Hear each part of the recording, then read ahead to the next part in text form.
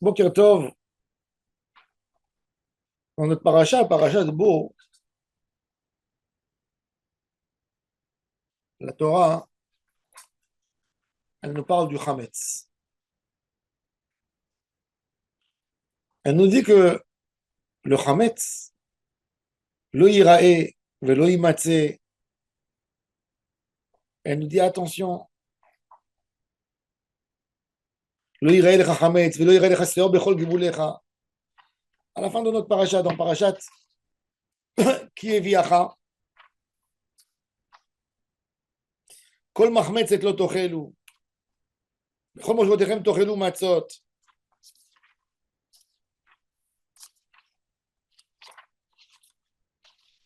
Et la Torah nous dit plus que ça encore, ki kol ochel Hametz venichreta nefesh haim mi Israël. Le Hametz, c'est un des interdits de la Torah, hein, qu'on n'a même pas le droit de le garder dans notre propriété. Par exemple, quelqu'un a dans la maison il y a quelqu'un, il a un ami non juif, des fois même chez lui, il a fait quelque chose qui a cuit et il y a eu du lait qui est tombé dans de la viande. On ne peut pas manger. Est-ce qu'on doit le brûler? Non. On fait attention de ne pas le manger. À l'époque, dans les maisons, on achetait des graisses pour graisser les portes, pour graisser des produits, etc. Et les graisses, souvent, viennent des graisses interdites dans l'animal. Et on avait le droit d'allumer les bougies. Les gens prenaient les graisses pour faire des bougies à l'époque. Est-ce qu'on a besoin de le détruire? Et pourtant, tu as envie de prendre une bouteille de bière, pas pour la boire, pour nettoyer, par exemple. Tu n'as pas le droit.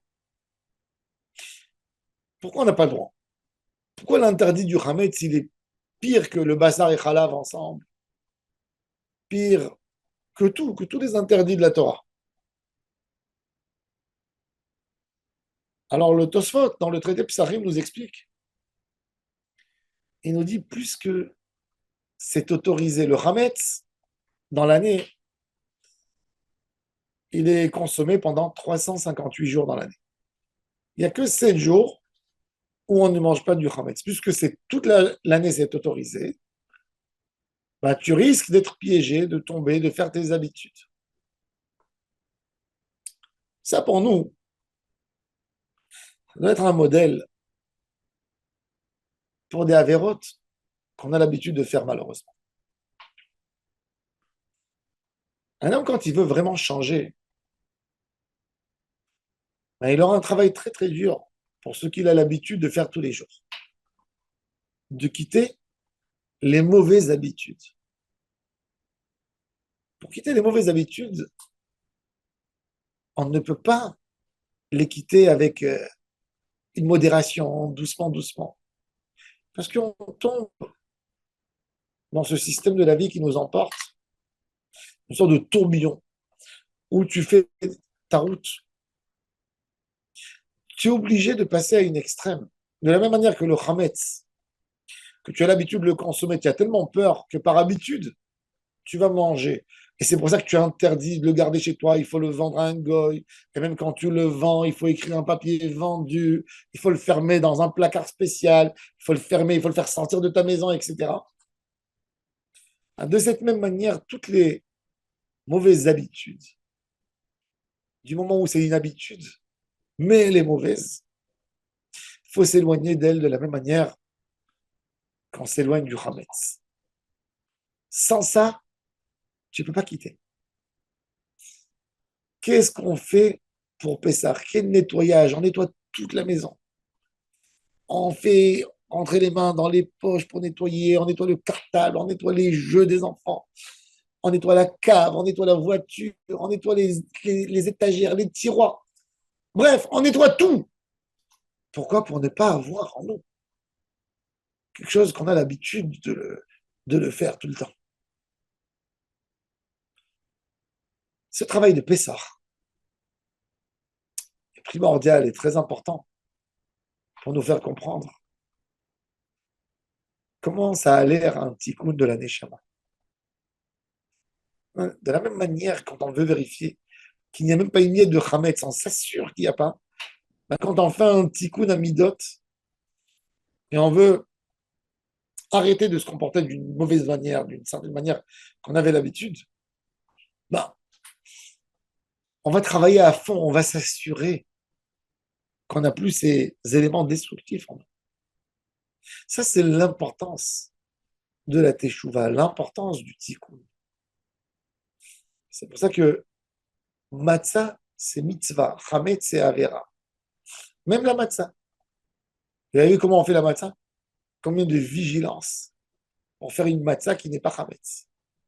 Ça, c'est de faire les mitzvot sans que le Yetzer Hara prenne part, sans qu'on soit piégé dans les choses qui nous empêchent de faire la mitzvah correctement. Ça, c'est l'union du tikkun, un tikkun extraordinaire.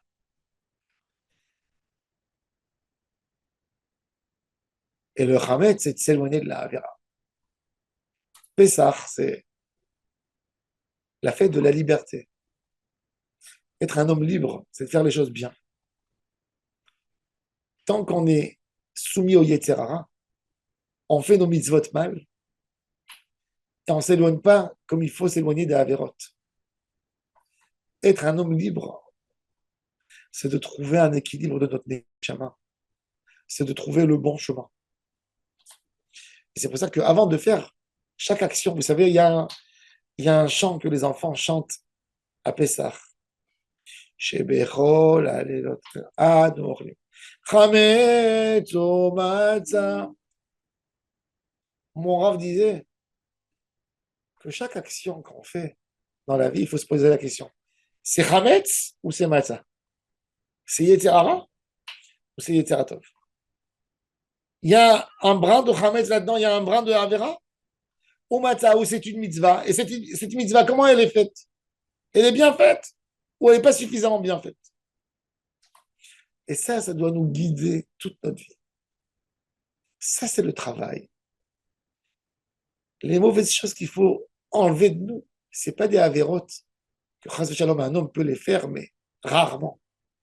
Ça, de lui-même, il ne va pas le faire. Il est tombé une fois, il ne va plus refaire. Les problèmes, les vrais changements qu'il faut faire, c'est au niveau du quotidien.